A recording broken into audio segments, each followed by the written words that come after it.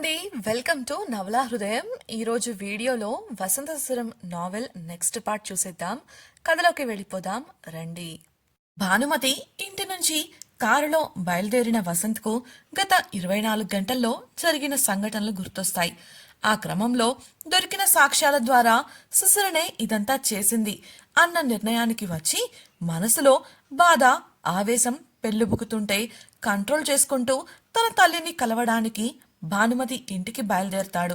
అలా గతం ముగియగా వసంత్లోని ఆవేశం మాత్రం చల్లారలేదు. హైవేపై వేగంతో ప్రయాణిస్తూ గమ్యం తెలియకుండా వెళుతూ ఉన్నాడు. అకస్మాత్తుగా ఒక రూపం రోడ్డుపైకి కారుకు అడ్డంగా వచ్చి నిలబడినట్లు తలచి ఒక్క ఉదుటున కారు బ్రేక్ వేశాడు వసంత్. కంగారుగా కారు దిగి చూసిన అతడికి ఎవ్వరూ కనిపించలేదు. కంగారు, ఆవేశం, కోపం, బాధ వెరసి బిగ్గరగా అరిచాడు. అతడు మాత్రమే ఉండటం చేత నిర్మానుష్యంగా ఉన్న ఆ రోడ్లపై అతడి అరుపు ప్రతిధ్వనించింది. మోసపోయానే, నీ విషయంలో గుడ్డిగా నమ్మి మోసపోయానే, కాని ఇకపై నీ ఆటలు సాగనివ్వను, నేనేంటో చూపిస్తా కసిగా అనుకుంటూ సిగరెట్ వెలిగించాడు. అర్ధరాత్రి వేళ చీకట్లో ఒంటరిగా కొంటుకుంటూ రోడ్డుపై నడుస్తోంది ఓ రూపం. ఆమె వేరెవరో కాదు, నిషా. ఆమె ఒంటి నిండా గాయాలు, పెదవి చిట్లి రక్తం వస్తుంటే చేత్తో అద్ది చూసుకుంది. అన్ని గాయాలు తగిలినా ఆమె కళ్లల్లో బాధ లేదు, తీవ్రమైన కసి కనిపిస్తోంది. అలా జరిగిందంతా ఆమె కళ్లల్లో ప్రతిబింబించింది. తనకు బాగా సుపరిచితమైన 4 గోడల మధ్య కాళ్ళు చేతులు కట్టివేయబడి ఒంటి నిండా గాయాలతో స్పృహ లేకుండా పడి ఉంది నిషా. అప్పటికే ఆమె ప్రక్కన 2 కర్రలు విరిగిపడున్నాయి. అదే గదిలో ఉన్న సౌమ్య మరొక కర్ర చేతికి తీసుకొని పక్కనే బల్లపై ఉన్న మంచినీళ్లు తాగి నిషా ముందుకొచ్చి నిలబడింది. కర్రతో నిషా ముఖంపై తడుతూనే ఏయ్ లే అని అరచింది. నిషా కదలకపోవడంతో బాటిల్లోని నీళ్లను నిషా ముఖంపై ఒంపింది. ఆ తడికి మెలకువ వచ్చిన నిషా నీరసంగా కళ్ళు తెరవగా, ఇప్పటికైనా నేను నిన్ను ఎందుకు తీసుకొచ్చానో అర్థమైందా? కసిగా అడిగింది సౌమ్య. సౌమ్య వంక సూటిగా చూస్తూ, నీ గురించి నాకు కాక ఇంకెవరికి తెలుస్తుంది? మనసులో అనుకున్న నిషా పైకి మాత్రం నీరసంగా, లేదు ప్లీజ్ నన్ను వదిలేయ్, నేనేమీ నిన్ను ఇబ్బంది పెట్టలేదు కదా, నీ దారికి కూడా అడ్డు రాలేదు మాట కూడబలుక్కొని చెప్పింది. ఆ మాటకు కోపం వచ్చిన సౌమ్య కర్రతో నిషా భుజంపై గట్టిగా కొట్టింది. నా దారికి అడ్డు రాలేదా? ఇప్పటికి కూడా నువ్వు చేసిన తప్పేంటో నీకు తెలియట్లేదా అని కచ్చగా అడిగింది. నొప్పికి బాధపడుతూ నిషా తల అడ్డంగా ఊపడంతో ఆమె జుట్టును బలంగా పట్టుకుంది సౌమ్య. ఆమె ముఖంలో ముఖం పెట్టి, నీకెంత ధైర్యం ఉంటే మధ్యలో వచ్చి నా ప్లాన్ పాడు చేస్తావు? ఆ శిశులను కాపాడావు కదా, అది నా శత్రువు అని తెలిసి కూడా ఇలాంటి పని ఎందుకు చేశావు? ఉక్రోషంగా అడిగింది సౌమ్య. ఏం మాట్లాడుతున్నావు నువ్వు? అంటే శిశిర విషయంగా జరిగింది యాక్సిడెంట్ కాదా? నువ్వు చేయించావా? ఆశ్చర్యపోతున్నట్లు ముఖం పెట్టింది నిషా. అవును, కానీ మధ్యలో వచ్చి అంతా నాశనం చేశావు, నిన్ను అసలు బ్రతకనివ్వను అంటూ శిశిర మీదున్న కోపాన్ని కొడుతూ నిషాపై చూపించింది సౌమ్య. నిషా ఆ దెబ్బలకు తాళలేక వణికిపోతూ బ్రతిమిలాడటం మొదలుపెట్టింది. ఇదంతా నాకు తెలియదు సౌమ్య, ప్లీజ్ నన్ను కొట్టకు. అముద చెప్పిందని నేను శిశిరకు సాయం చేశాను. అముద శిశిర ఫ్రెండ్స్ అంట. మీ మనిషిని అముద సెక్యూరిటీ స్పాట్లో చంపడానికి కారణం కూడా తనే. అందుకే గార్డ్ని పంపించి మరీ శిశిరను ఇంటి దగ్గర డ్రాప్ చేయించింది. నాకు మరో దారి లేదు. ఇది నీ ప్లాన్ అని తెలిస్తే అసలు నేనెందుకు ఇన్వాల్వ్ అవుతాను? ప్లీజ్ వదిలేయ్, కావాలంటే నీకేం కావాలన్నా చేసి పెడతాను, ప్లీజ్ ప్లీజ్ అంటూ ఏడుస్తూ బ్రతిమిలాడుతోంది నిషా. ఆ మాటలకు సౌమ్యకు ఒక ఆలోచన తట్టింది. ఏం చెప్పినా చేస్తావా అంటూ నిషా వంక ఈవిల్గా చూసింది. చేస్తాను, ఏం చెప్పినా చేస్తాను, నన్ను మాత్రం వదిలేయ్ సౌమ్య పాదాలను తాకబోతూ చెప్పింది నిషా. అది చూసిన సౌమ్య ముఖంలో పైశాచికానందం విరబూయగా తలదించుకొని సౌమ్య పాదాలు చూస్తున్న నిషా ముఖంలో సన్నని నవ్వు చేరింది. ఇదే ఇదే నాకు కావాల్సింది కూడా. ఇకపై నువ్వు వేసే నీ ప్రతి అడుగు నీ పతనం వైపుకే సాగుతోంది. అలా జరిగేలా నేను చూసుకుంటాను సౌమ్య. మనసులోనే శపథం చేసింది. అలా జరిగింది గుర్తు చేసుకుంటూ తన ఇంటి వైపుకు అడుగులు వేస్తోంది నిషా. సౌమ్య మీదున్న కోపంతో పళ్ళు కొరుకుతూ, నువ్వు చేసిన ప్రతి తప్పుకు శిక్ష అనుభవిస్తావు సౌమ్య.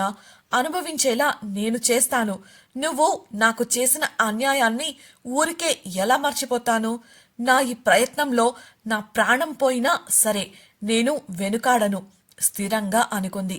ఆ ఆలోచనలతోనే రోడ్డుపై నడుస్తూ నిశిలా కలిసిపోయింది నిషా.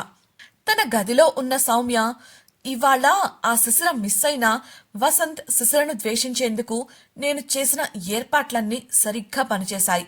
శిశిరతో మాట్లాడిన ప్రతిసారి వాయిస్ రికార్డ్ చేయడం మంచిదైంది. లేకపోతే ఆ ఆడియో ట్యాంపర్ చేయగలిగేదాన్ని కూడా కాదు. అలాగే కిషోర్ లెటర్ నాకంట పడటం మంచిదైంది. దాని మీదున్న అదే స్టాంప్ నకిలీ చేయించి పెన్ డ్రైవ్ని ఫొటోస్ని వసంత్కు చేర్చాను. పిచ్చి వసంత్ ఆ లెటర్స్ తన మనుషులు పంపారు అనుకుని నమ్మేశాడు. అందుకే కదా శిశిరను బయటకు గెంటేశాడు. పాపం, తనకు నమ్మకమైన వారి నుంచి వచ్చే సమాచారాన్ని నేను మార్చేశానని అస్సలు ఊహించలేకపోయాడు. నేను ఈ అవకాశాన్ని ఉపయోగించుకొని వారిని పూర్తిగా విడదీయాలి.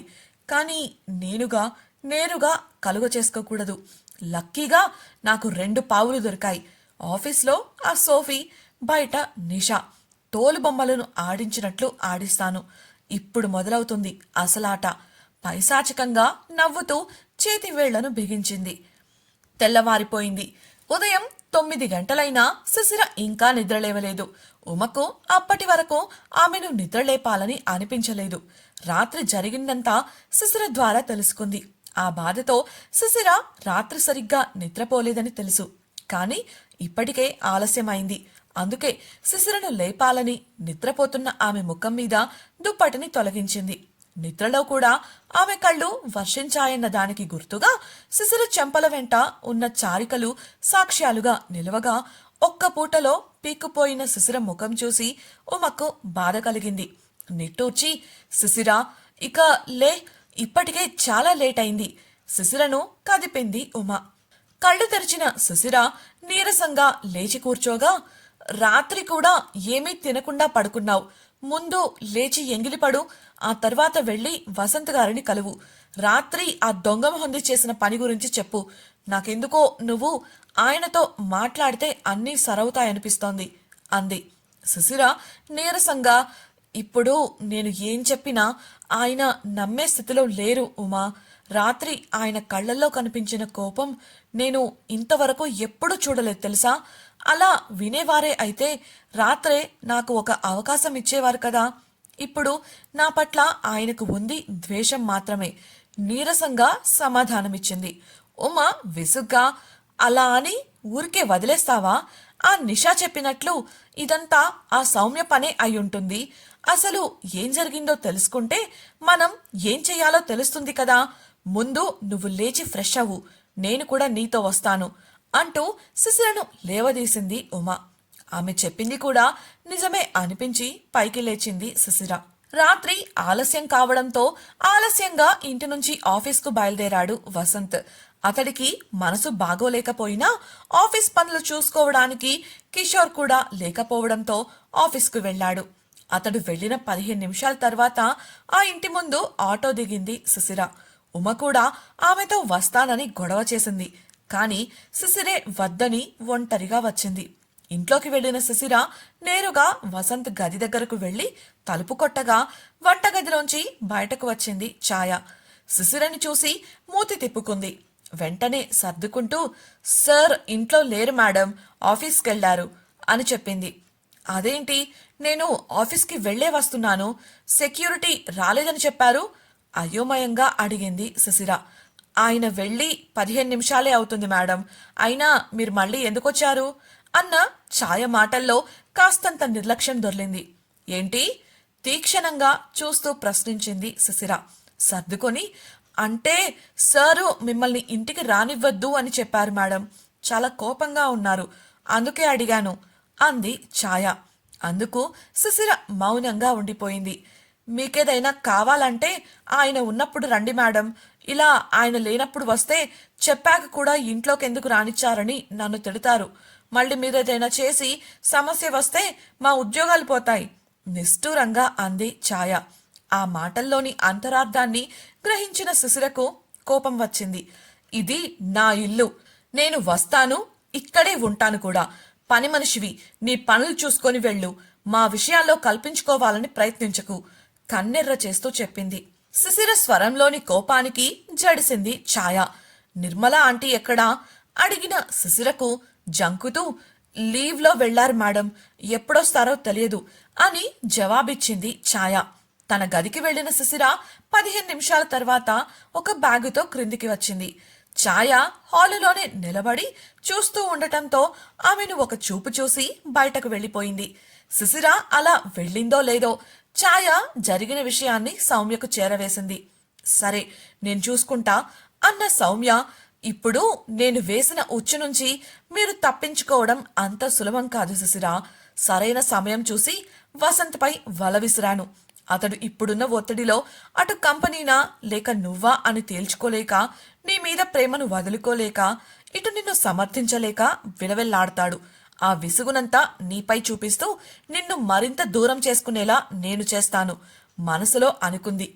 ప్రేమ నివాసం నుంచి బయలుదేరిన శిశిర నేరుగా కంపెనీకి వెళ్ళింది. ఆమె డేటా లీక్ చేసిందన్న విషయాన్ని ఇంకా నమ్ముతున్న కొందరు ఉద్యోగులు ఆమెను క్రింద లాబీలోనే నిలబెట్టి లోపలికి వెళ్లకుండా ఆపేశారు. వారిలో సోఫీ కూడా ఉంది. అదంతా గమనించిన హరీష్ వెంటనే విషయాన్ని వసంత్కు చేరవేశాడు. ఆ విషయం తెలుసుకున్న వసంత్ క్రింద లాబీకి చేరేసరికి శిశిర అక్కడున్న వారితో, ఇలా చూడండి, నేను మీకోసం రాలేదు, కేవలం మిస్టర్ వసంత్తో మాట్లాడడానికొచ్చాను, దయచేసి దారి ఇవ్వండి అని స్థిరంగా చెప్పింది. అందుకు సోఫీ, అమ్మా మహాతల్లి, నువ్విప్పటి వరకు మా కంపెనీలో చేసిన నిర్వాకాలు చాలలేదా? ఇంకా ఏ ముఖం పెట్టుకుని ఇక్కడికొచ్చావు? వెళ్ళిపోయి ఇక్కడి నుంచి, ఇంకొక అడుగు కూడా నువ్వు లోపలికి వేయడానికి వీల్లేదు అని కోపంగా చెప్పింది. శిశిర అక్కడున్న వారికి సర్ది చెప్పాలని చూస్తూ ఉండగా అక్కడికి చేరుకున్నాడు వసంత్. అతని కళ్ళల్లోకి సూటిగా చూస్తూ, నేను మీతో మాట్లాడాలి, నాకు మీ నుంచి సమాధానాలు కావాలి స్థిరంగా చెప్పింది శిశిర. ఆమె వంక అసహనంగా చూసిన వసంత్ ఆమె మొండితనం తెలిసినవాడై ఆమె చెయ్యి పట్టుకుని కంపెనీ బయటకు లాక్కు వెళ్లాడు. రాత్రిలా గెంటేస్తే వెళ్ళిపోతానని మాత్రం అనుకోకండి, నాకు మీ నుంచి సమాధానాలు కావాలి, మీరు ఇలా ఎందుకు చేస్తున్నారో చెప్పే వరకు ఇక్కడి నుంచి కదలను అని శిశిర చెప్పడంతో ఆమెను పార్కింగ్ లాటుకు తీసుకువెళ్లాడు వసంత్. ఆమెను కారులో విసురుగా కూర్చోపెట్టి కార్ స్టార్ట్ చేసిన అతడు అత్యంత వేగంగా కంపెనీ పరిసరాలను దాటి ఊరి పొలిమేర్లను చేరుకున్నాడు. ఇంతకీ ఇప్పుడు వారిద్దరూ ఏం మాట్లాడుకోబోతున్నారు? వసంత్ శిశిర చెప్పే మాటలు వింటాడా? సౌమ్య తర్వాతి ప్లాన్స్ ఏంటి? ఇదంతా సౌమ్య పన్నాగం అని వసంత్ ఎప్పటికి తెలుసుకుంటాడు? తెలిస్తే ఏం జరుగుతుంది? నిషా ఏం చేయబోతోంది తెలుసుకోవాలనుకుంటున్నారా? అయితే ఛానల్ను సబ్స్క్రైబ్ చేసి వసంత్ శిశిరం నెక్స్ట్ పార్ట్ వినేయండి. అలాగే మీకు ఈ వీడియో నచ్చినట్లయితే లైక్ చేసి మీ సన్నిహితులకు షేర్ చేయండి. మీ అభిప్రాయాలను మాతో పంచుకోవడం కోసం కామెంట్ సెక్షన్లో తెలియజేయగలరు. ఇట్లు మీ నవలా హృదయం team. Thank you for listening.